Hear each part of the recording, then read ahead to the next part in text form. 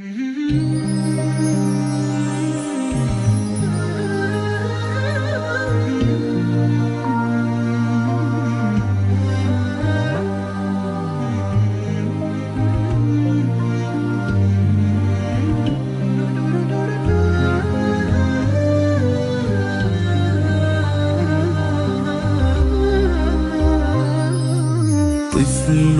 تسابقت الهموم إليه.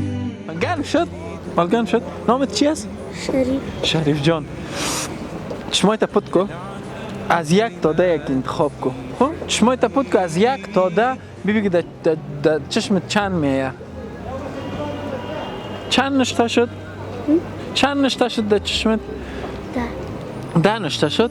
خب یک دو سه چهار پنج شش هفت هشت نو ده تا گفتی نه؟ سه شد؟ حياة البؤس في عينيه ألم وفقر حاله ودون. دی برفا در سرکات چی میکنی میگردی؟ اینجا کار پیدا میکنم. کار چی کار؟ اوه چطور فکس در دستت رفت؟ دستای من یخ زده با خدا. من اگه دستکش بپوشم باز دستکش های شما رو نمیتونم بپوشانم. نه؟ گرم. چشمای تپت کو از یک تا ده انتخاب که یکی. ده؟ یک دو سه چهار پنج شش هفت هشت نو. اوه چقدر پیسه شد ده. اقرار چی میکنین حالا؟ خانه میبری؟ برو بخیر.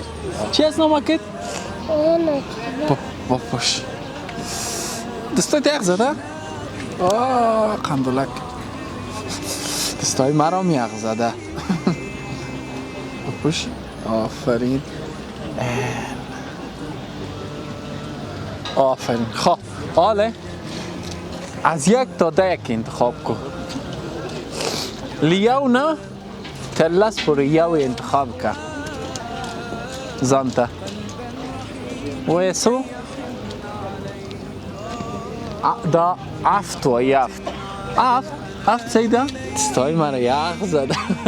دا یو دو تری سالور پینزه شپک و